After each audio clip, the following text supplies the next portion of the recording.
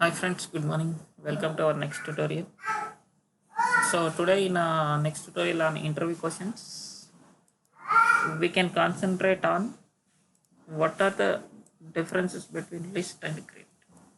So that is differences between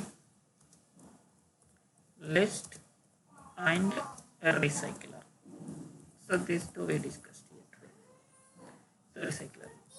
So here, simple words, we can say this advanced version of list is recycler view. But actually, what happens in between these two, we can see here. There are the few differences. One is list. This one is the recycler view. So this is the older one. Older. It's a newer version, updated version for that. Then, in case if here we cannot arrange. It's a single view, means single orientation. Single orientation.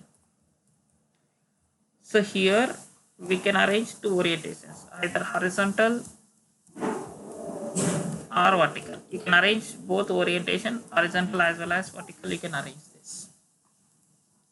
And here we cannot reuse the cells. We cannot reuse the cell. We cannot reuse cell here. But here we can reuse. Here we can reuse the cells. We can reuse the cells here. Here there is no view holder. No view holder.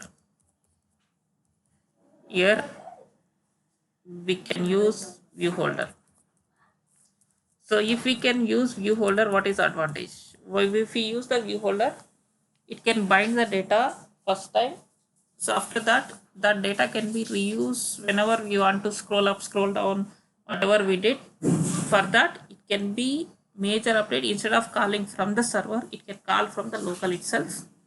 So that is the main advantage of this. Means if I scroll, 100 items are there.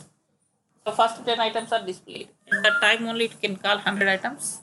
When I scroll up or scroll down, if I scroll up, only it will call 90 items. When I scroll up, only it's a 18 items. Like this, it can be do. So that is the main advantage of this. So that is differences between the list and recycler. Thank you. Please subscribe to get more updates.